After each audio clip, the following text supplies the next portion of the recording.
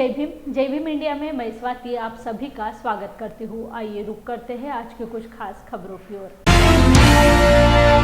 राष्ट्रवादी नेता जितेंद्र आव्हाड इन्होंने Lord Buddha TV से खास बातचीत की इस दौरान, जिसमें उन्होंने मुख्य रूप से अंबेडकर भवन गिराए जाने के साथ दलित बस्ती विकास के फंड में कटौती की जाने पर सरकार को घेरा। आइए देखते हैं खास मुलाकात।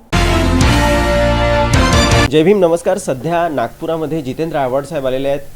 मोठे नेते आहेत, राष्ट्रवादीचं एक मोठं प्रस्थ आहे त्यांचं, आणि सर्वात महत्त्वाचं म्हणजे नागपुरामधल्या मुख्य मुद्द्यांना आज आपण त्यांच्या माध्यमातून हात घालण्याचा प्रयत्न करूया। आव्हाड साहेब, सर्वात महत्त्वाचा मुद्दा नागपुरामध्ये आंबेडकर भवन, जे कळीचा मुद्दा बनलेला आहे, आंबेडकरी जनता त्यासाठी खूप प्रयत्न करतात आहे, पण या आंदोलना व्यतिरिक्त इतर काहीही गोष्टी प्रशासनाकडून होत नाही आहे। जर आपण नागपूर महानगरपालिकेचा विचार केला किंवा मोठे नेते सुद्धा भाजपचे नागपुरात आहेत, त्यांची सत्ता आहे आणि ते अचानक ते कोविडमध्ये पाडून टाकण्यात आलं आणि तिथे आता ती जागा दुसरीकडे हँडओव्हर केल्यात आली आहे। काय म्हणाल? ज्या जागेवरती आंबेडकर साहेबांना पहिल्यांदा सन्मानित करण्यात आलं होतं त्या जागेवरती आंबेडकर भवन होतं। हे तोडण्याचं काही कारणच नव्हतं, त्याचं ऐतिहासिक महत्त्व आहे आणि काही ऐतिहासिक वस्तू शासनाने सांभाळून ठेवल्या पाहिजे, आठवण म्हणून पुढच्या पिढीला आठवण असावी की बाबा इथे काय झालं। अशा सगळ्या तुम्ही डॉक्टर बाबासाहेब आंबेडकरांच्या असोत नाही तर बाकी कोणाच्या असोत आठवणी पुसायला लागल्या आहात, याचा अर्थ समाजाने काय घ्यायचा? तुम्ही दलित वस्ती सुधारणा कार्यक्रम 1200 कोटीचा होता, तो 800 कोटीवर आणला। म्हणजे एकंदरीतच ज्या शोषित जनतेबद्दल बाबासाहेबांनी आवाज उचलला, त्यांच्यासाठी लढले, त्या जनतेला आणि स्वतः आंबेडकरांचं नामोनिशान पुसण्याचं काम जर तुम्ही करणार असाल नागपुरातनं, जिथे त्यांनी बौद्ध दीक्षा घेतली, नागपूरला विश्वामध्ये अनन्यसाधारण महत्त्व आहे। सगळ्या आंबेडकरी चळवळीतल्या आंबेडकरांना मानणाऱ्या आमच्यासारख्या तमाम लोकांना आंबेडकरांबद्दल प्रचंड प्रेम, आदर, आपुलकी आहे। माणसाला माणूस म्हणून जीवन जगता आलं पाहिजे, ही त्यांची थिअरी जगभर मान्य झाली। आज अमेरिकेतसुद्धा जातीयवादाविरुद्ध प्रचंड द्वेष अमेरिकन व्यक्त करतात आणि ही घाणेरडी परंपरा आहे असं त्यांचं मत आहे। आज अमेरिकेमध्ये सर्व राज्यांमध्ये त्याविरुद्ध आवाज उठला आहे। कॅलिफोर्नियामध्ये जातीयवाद नष्ट करा असं बिल आणण्यात आलं आहे। म्हणजे आपल्या जातीवादीचा, म्हणजे वर्णव्यवस्थेचा आपण पुरस्कार किती करतो, आपण कुठे त्याला घेऊन जातो। फार अमेरिकेतही आपण वर्चस्वाचा पुरस्कार करतो, हे अत्यंत धक्कादायक आणि दुःखदायक। आणि सोबतच आणखी काही अशी मुद्दे येतात ज्याच्यामध्ये सर्वात महत्त्वाचं म्हणजे बाबासाहेबांचे इंदू मिलामध्ये जी प्रतिमा लागणार त्याची उंची वगैरे कमी करण्यात आली। तुम्ही बाबासाहेबांचा फोटो 1 मूर्ती 1 फुटाची करावं, बाबासाहेबांची उंची आभाळा एवढी आहे। त्याच्यामुळे त्या पुतळ्याबद्दल मला काही बोलायचं नाही, ती त्यांची मानसिकता आहे। पुतळा कमी करून दाखवायचं की बघा। मला वाटतं वर्षानुवर्ष चाललेल्या वर्णव्यवस्थेला ज्या माणसाने धक्का दिला त्या माणसाबद्दल ह्या सनातन व्यवस्थेमध्ये राग असणार, असं आता ते स्वतःच्या क्रियेतनं ध्वनित करतात। तर हे होते जितेंद्र आव्हाड साहेब। निश्चितपणे यांनी एक गोष्ट खूप सुंदर सांगितली की बाबासाहेबांच्या पुतळ्याची उंची निश्चित तुम्ही कमी करू शकता, पण त्यांच्या कार्याची उंची तुम्ही कमी करू शकत नाही। आणि हीच गोष्ट सर्वात महत्त्वाचं म्हणजे प्रत्येक जनसामान्यांनी समजून घेण्याचा प्रयत्न करायला हवा। Cameraman रोशनसह Nilesh Farkade, Lord Buddha टीव्हीसाठी। विदर्भ में इस समय भीषण गर्मी चल रही है। विदर्भ में गर्मियों में तापमान अत्यधिक बढ़ जाता है, लिहाजा नागरिक अपने घरों में कूलर या एसी पर निर्भर है। इसमें अमरावती के एक छात्र ने कम कीमत में जुआ खेलकर बेकार सामग्री से पोर्टल एसी कूलर बनाया है और ये कूलर इस समय अमरावती में हॉट टॉपिक बना हुआ है। आइए देखते हैं इस रेचो के जुआ खेलने का तरीका। नमस्कार, माझं नाव दीप कुमार अजय यादव आहे। मी सध्या 3rd इयरमध्ये मेकॅनिकल इंजिनिअरिंग शिकत आहो। मी VGTI मुंबईमध्ये आहो आणि मला ही कल्पना कशी आली, मी म्हणजे रूममध्ये राहतो, माझ्यासोबत 5 जण पण राहतात आणि ते मुंबईमध्ये ना मॉइश्चर खूप असते, मॉइश्चर कंटेंट एअरमध्ये, आणि तिथे कसं आपलं नॉर्मल कूलर जे असते वॉटरवाला ते टाट्या असते ना, त्यामधून पाणी वाहते आणि जेव्हा फॅन ऑन होते तेव्हा ॲटमॉस्फिअरमध्ये वॉटर वेपर्स पण ॲड होत जाते, ते कूल करतात। पण मुंबईमध्ये पहिल्यांदाच मॉइश्चर असते, ऑलरेडी मॉइश्चर असते आणि कूलर अजून मॉइश्चर ॲड करते, है ना। आणि मॉइश्चर ॲड झाल्यामुळे तिथे एकदम असं धुम्मट वातावरण होऊन जाते. म्हणून ते कूल करण्याऐवजी अजून म्हणजे आपल्याला जास्त गरम होते. म्हणून मी एक अशा मतलब मैं ऐसा कुछ ढूंढ रहा था, ऐसा कुछ आइडिया सोच रहा था जिससे हवा में मॉइस्चर भी ऐड ना हो और अपने को ठंडी हवा भी मिले. तो एक बार क्या हुआ, हमको आईसी इंजन करके एक सब्जेक्ट है, उसके अंदर कार्स वगैरह उसका कूलिंग सिस्टम, उसका इंजन कैसे काम करता है वो सब होता है. तो उसके अंदर रेडिएटर कूलिंग सिस्टम रहता है, रेडिएटर कूलिंग सिस्टम. वो वाटर के हेल्प से जो इंजन होता है उसके अंदर वाटर फ्लो होता है और उसकी मदद से इंजन का टेम्परेचर मेंटेन रखता है. तो मैंने सोचा इसके अंदर वाटर वेपर भी ऐड नहीं हो रहा है एटमॉस्फेयर में और अपना कूलिंग का काम भी हो रहा है. तो मैंने ऐसा सोचा कि उसका सिस्टम अगर हम रिवर्स करके लगाए, जैसा कार के अंदर रेडिएटर के पीछे फ़ैन होता है और वो रेडिएटर को ठंडा करके इंजन ठंडा करता है. पर मैंने क्या किया, जो फ़ैन पीछे होता है उसको आगे लगाया और उसके पीछे रेडिएटर लगाया और फिर और जो एक कूलर की वाटर पंप होता है कूलर. कोल्हापुर जिला हाथकंगला तहसील परगांव रमाई बुद्ध विहार में आज चैत्र पूर्णिमा के अवसर पर सुजाता खीर का दान और धम्म सम्मेलन का आयोजन किया था. स्वाभिमानी शेतकरी संगठना के अध्यक्ष वैभव कामले, पंडित चोपड़े, रंगराव पांडे इन्होंने मार्गदर्शन किया. इस वक्त बौद्ध बांधव बड़ी संख्या में मौजूद थे. जय भीम, नमो बुद्धाय. बौद्ध संस्कृतीमध्ये आणि धम्मामध्ये पौर्णिमेला फार महत्त्व आहे आणि चैत्र पौर्णिमेला तर त्याच्यापेक्षाही जास्त महत्त्व आहे.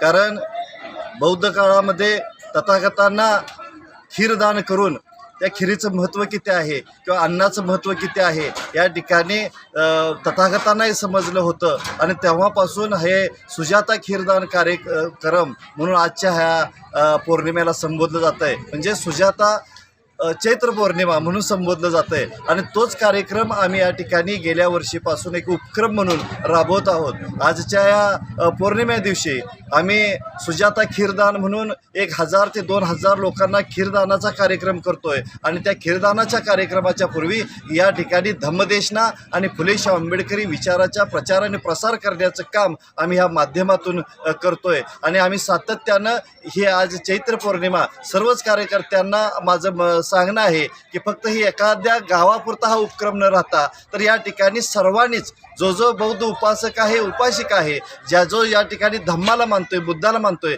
त्यांनी या ठिकाणी एक वेगळा प्रोग्राम देऊन या ठिकाणी चैत्र पौर्णिमा म्हणजे सुजाता खीरदान कार्यक्रमाचा कार्यक्रम राबवून करावा असं मी या ठिकाणी सर्वांना जाहीर आवाहन करतो. आज पारगाव येथे भीम महोत्सवाची सुरुवात होते. आगळ्या वेगळ्या पद्धतीने हा महोत्सव इथे साजरा केला जातो आहे. आणि हा महोत्सवाचं खास वैशिष्ट्य म्हणजे आज चैत्र पौर्णिमेच्या निमित्ताने सुजाता खीरदानानं हा कार्यक्रम इथे सुरू केला जातो. पारगाव आणि इथले असणारे सर्वच तरुण सातत्याने नवनवीन प्रयोग करत असताना पहा बरं की समाजाला प्रबोधन आणि त्याच वेळा समाजामधलं ऐक्य कसं वाढीस लागेल या अनुषंगाने प्रयत्नशील आहेत. या सर्वांचा प्रयत्न म्हणजे की आज ज्या एका पावर की विचार मंचावरती आम्ही उभा आहोत ते श्रमदानातून या असणाऱ्या युवकांनी हा विचारमंच इथे उभा केलेला आहे. त्याचंही आज राजर्षी शाहू विचारमंच म्हणून लोकार्पण पण आज इथे पार पडलेलं आहे. त्या सर्वांचे असणारे मार्गदर्शक आदरणीय वैभवदादा कांबळे आणि असणाऱ्या त्यांच्या मार्गदर्शनातून पहा या पद्धतीचा हा उपक्रम इथे होतो आहे. या उपक्रमाला आम्ही लोक सर्वजण शुभेच्छा देण्यासाठी म्हणून इथे उपस्थित आहोत. आज विधिवतरित्या, आज औपचारिकरित्या या असणाऱ्या भीम महोत्सवाचं उद्घाटन झालं आणि त्याच वेळा हा भीम महोत्सव मोठ्या उत्साहात साजरा होईल अशा पद्धतीची अपेक्षा व्यक्त करतो आहे. आणि सर्वांना येणाऱ्या असणाऱ्या राष्ट्रपिता ज्योतिराव फुलेंच्या आणि डॉक्टर बाबासाहेब आंबेडकर. जय भीम, नमो बुद्धाय. आज नवी परगाव तालुका हातकणंगले इथे चैत्र पौर्णिमेनिमित्त खीरदानाचा कार्यक्रम आणि धम्मदेशनाचा कार्यक्रम आयोजित केलेला आहे. रितसर भीम महोत्सवाला म्हणजे सुरुवात झालेली आहे आणि या निमित्तानं बुद्धांच्या सिद्धार्थ गौतम या बोधिसत्वाच्या पासून संबोधी प्राप्त झालेले तथागत गौतम बुद्ध शिफ्ट होण्याला जे काही महत्त्व आहे त्या सुजाता खीरदानापासून त्याला अतिशय महत्त्व आहे. त्यामध्ये बौद्ध संस्कारामध्ये किंवा बौद्ध संस्कृतीमध्ये या सुजाता खीरदानाचं अतिशय महत्त्व आहे. आणि तेच महत्त्व आजच्या मला धम्मदेशनेच्या जो काही सन्मान मिळाला त्या धम्मदेशनेत सांगण्याचा प्रयत्न केला. प्रत्येक गावात हा उपक्रम झाला पाहिजे, कारण त्याशिवाय या चैत्र पौर्णिमेचं जे काही दुसरं सांस्कृतिक दहशतवादाचं स्वरूप आहे ते बंद होणार नाही. आणि आपल्या समाजाला हे जे काही मार्गदर्शन देणारे आहेत वैभवदादा कांबळेसारखे आणि त्यांचे जे सहकारी आहेत त्यांच्यासारखे उपक्रम सगळ्या गावात राबवावे असं मला वाटतं. या कार्यक्रमाला मी शुभेच्छा देण्यासाठी आलेले आहेत. या शुभेच्छा देतो आणि आपल्या सर्वांचा जय भीम. गर्म तवे पर बैठकर भक्तों को गालियां देने वाले और शरीर में दैवीय शक्ति का होने का नाटक करने वाले भोंदू बाबा अपना आवरण लपेटकर भाग गए हैं। हालांकि इस झूठे के खिलाफ शिकायत दर्ज कराने के बावजूद पुलिस ने पिछले 8 दिनों से उनके खिलाफ मामला दर्ज नहीं किया। ऐसे में देखा जा रहा है कि पुलिस इस झूठे को बचा रही है। भोंदू बाबा ने यह कहकर समाज में अंधविश्वास फैलाने की कोशिश की कि जब मेरे शरीर में दैवीय शक्ति आती है तो मैं दैवीय शक्ति के आधार पर कुछ समय के लिए ऐसे कार्य करता हूँ। फिर बाबा ने समाज में अंधविश्वास फैलाने की कोशिश की। आरडीला जो प्रकार झाला आहे, सच्चिदानंद गुरुदास उर्फ सुनील कावडकर नावाचा जो भोंदू बाबा निर्माण झाला आहे, त्यांनी ताव्यावर बसून काही चमत्कार दाखवला आहे. त्याचं मी तक्रार दाखल केली आहे. या तक्रारला आता 6 दिवस पूर्ण होत आहे, पण पोलीस अधिकारी त्याच्यावर गुन्हा दाखल करायला मागं पुढं पाहत आहे. SP चा अजून आदेश झाला नाही आहे. गृह मंत्रालय काय अशा भोंदू बाबांना समर्थन देत आहे काय?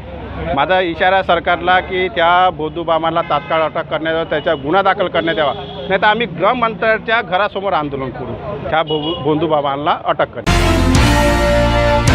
जय भीम इंडिया में वक्त हो चला है एक छोटे से ब्रेक का। मिलते हैं ब्रेक के बाद। क्या हुआ बहू? माँ, पाइल्स की बहुत तकलीफ हो रही है। तो तुम गुदरोग सर्जन के पास क्यों नहीं गई?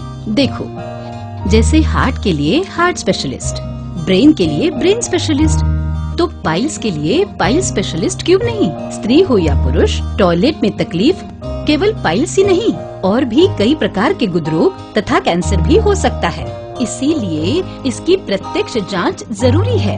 ठीक है माँ, पर जांच के लिए हम जाएंगे कहाँ? वही काले आयुर्वेदिक पाइल्स हॉस्पिटल में। लेकिन माँ, प्रेगनेंसी में पाइल्स की दवाइयाँ? प्रेगनेंसी में आयुर्वेदिक दवाइयाँ सुरक्षित होती है।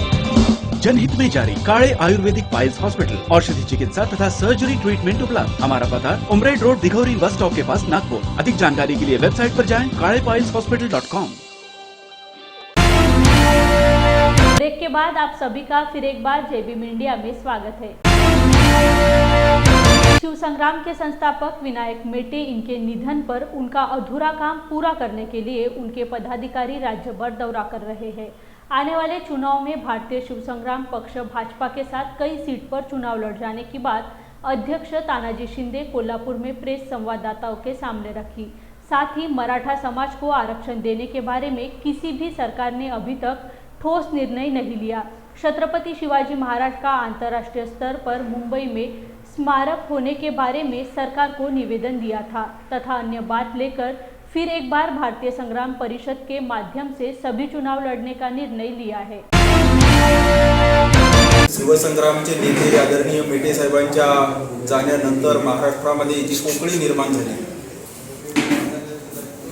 आणि संपूर्ण कार्यकर्ता जो पोरका झालेला दिसतोय, त्याला आधार देऊन त्या सगळ्या कार्यकर्त्यांना भेटून राज्यामध्ये शिवसंग्रामचं काम पुन्हा नव्या जोमाने सुरू केलं पाहिजे आणि मराठा आरक्षण छत्रपती शिवाजी महाराजांचं आंतरराष्ट्रीय पातळीवरचं मुंबईमध्ये होणारं शिवस्मारक याच्यासाठी पाठपुरावा केला पाहिजे। यासाठी आम्ही संपूर्ण राज्यभर दौरा करत आहोत। त्याचाच एक भाग म्हणून आज कोल्हापूरमध्ये ही पत्रकार परिषद घेऊन शिवसंग्रामची भूमिका स्पष्ट केलेली आहे। रायगढ़ जिले के खालापुर तालुका का खिदगुड़ गांव कई सालों से पानी की कमी का सामना कर रहा है, लेकिन इस पर कोई ठोस कदम नहीं उठाया जा रहा। समय पर पानी नहीं मिलने से पानी की किल्लत हो रही है और महिलाओं को परेशानियों का सामना करना पड़ रहा। पानी की कमी से स्मशान भूमि में हैंडपंप का पानी इस्तेमाल कर महिलाएं स्मशान भूमि में कपड़े धो रही है। साथ ही महिलाएं धूप में कपड़े धोती नजर आ रही है। एक ओर कहा जाता है कि हर घर जल, जल युक्त गांव, वहीं दूसरी ओर महिलाओं पर गांव के बाहर स्मशान भूमि में कपड़े धोने का समय होता है। लेकिन अब यह भी देखना महत्वपूर्ण होगा कि ग्राम पंचायत और स्थानिक प्रशासन पानी के लिए ठीक से योजना बनाएगा या नहीं। बायका तात्काळ करून बायका घरी जाऊन सुद्धा बायकांना म्हणजे आता युक्त बनवतो एवढे पाण्याची टंचाई येते आणि याशिवाय कुठेच पाण्याची आम्हाला व्यवस्था नाही आहे, सोय नाही।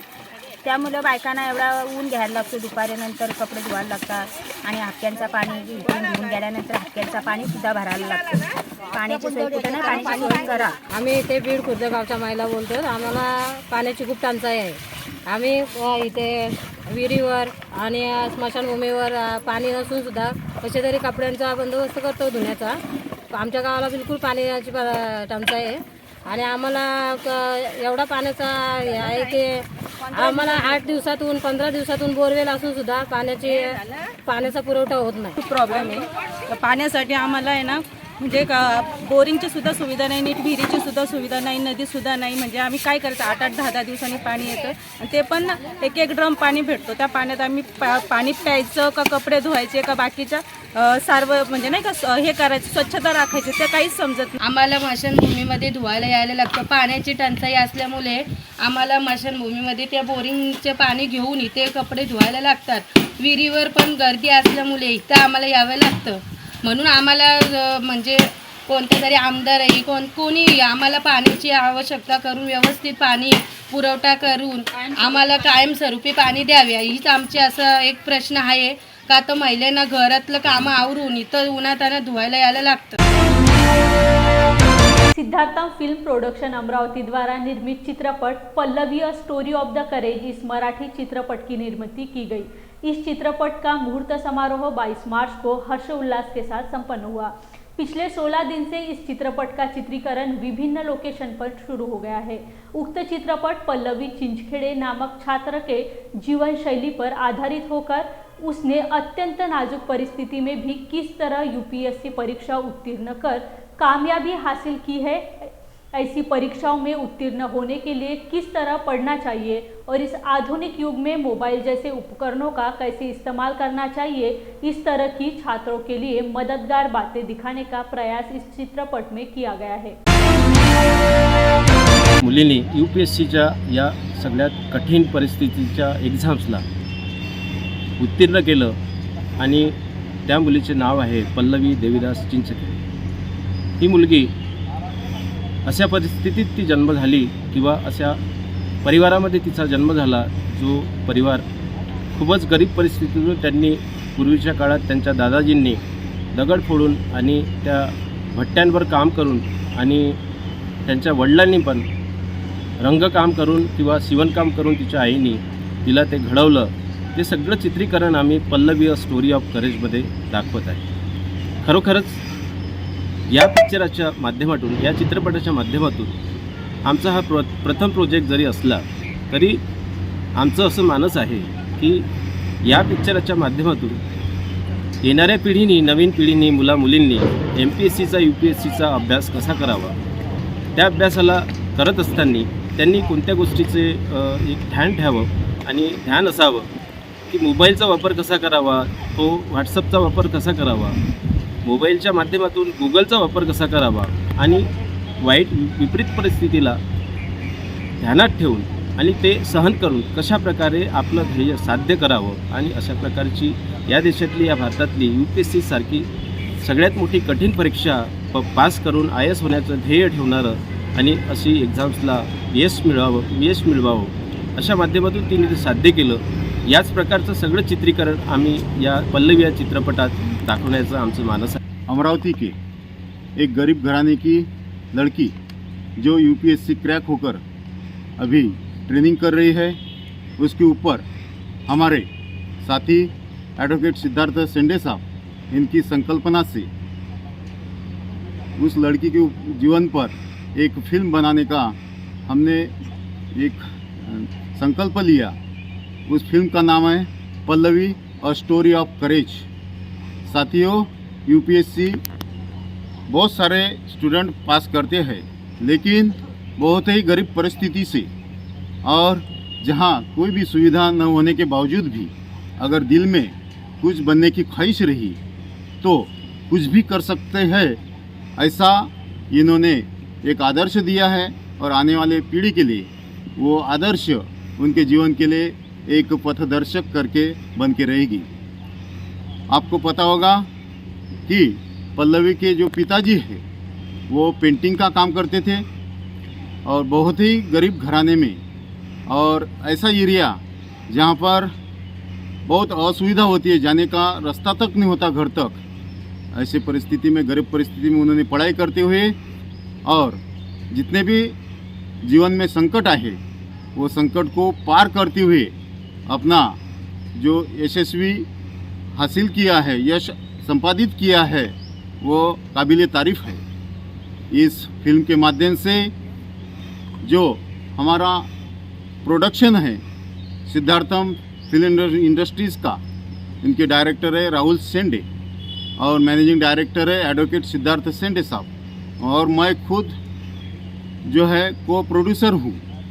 इस फिल्म को जो नए जनरेशन है इनको एक आदर्श निर्माण होगा, और उनके दिल में अगर इच्छा रही कुछ बनने की तो ज़रूर वो बन सकते हैं। अकोला जिले में तूफानी हवाओं के साथ भारी मात्रा में बारिश हुई है। अकोला जिले के पंजाबराव देशमुख कृषि विश्वविद्यालय में कल शाम भारी बारिश से बड़ी मात्रा में फलों के बागों को नुकसान पहुंचा है। ये नुकसान 1 से 1.5 लाख का होने का विनोद इंगले नामक किसान ने बताया। बीती रात हुई तेज बारिश से बागों को नुकसान पहुंचा है, लेकिन किसान सरकार से मुआवजे की मांग भी कर रही है। शंकर इंगळे, मी पिकीमध्ये हे बाग घेतो, चिक्कू, आंबा, चिंच हे ते सगळे बाग घेतो। काल अवकाळी पावसामुळे, वाऱ्यावादळामुळे खूप नुकसान झालेलं आहे माझं, आणि याच्यामुळे मी खूप संकटात सापडलेला। तर काही मदत झाली मला तर करावे, कारण की मी खूप संकटात सापडलो। खूप माल एकदम नुकसान झालं, पूर्ण माल पुरा झाडाखाली माल पडलेला आहे पूर्ण। हा कच्चा माल असल्यामुळे मी काही विकू शकत नाही, हा खराबच होऊन जाते पूर्ण। आणि मी पिकीतर्फे कॉन्ट्रॅक्टवर घेत असते शेती, चिक्कू, आंबा, चिंच, बोरो वगैरे हे काय जे असले जमलं ते बाग घेतो मी। आता याचं खूप नुकसान झालं माझं। माझी अशी अपेक्षा आहे बा गव्हर्नमेंटकडून काही मदत मिळली तर फारच चांगलं होऊन जाईल, नाही तर मी तर खूप फसेला। अंदाजी 40-50 हजाराच्या वर नुकसान आहे माझं। तसं चिक्कूचं तर 70-80 हजारात नुकसान आहे, पूर्ण चिक्कू खाली पडला। चिक्कू, आंबा म्हणजे टोटल मारलं तर 1-1.5 लाखाचं नुकसान आहे माझं, पूर्ण टोटल खाली पडलेलं आहे। आणि त्याच्यामुळे काही आता तो माल विकू शकत नाही, पाण्याने ओला झाला, पूर्ण खराब झाला, पूर्ण माल खाली पड़ेगा है। आज के लिए बस इतना ही। कल फिर मुलाकात होगी कुछ नए खबरों के साथ। तब तक के लिए बने रहिए जय भीम इंडिया में। जय भीम।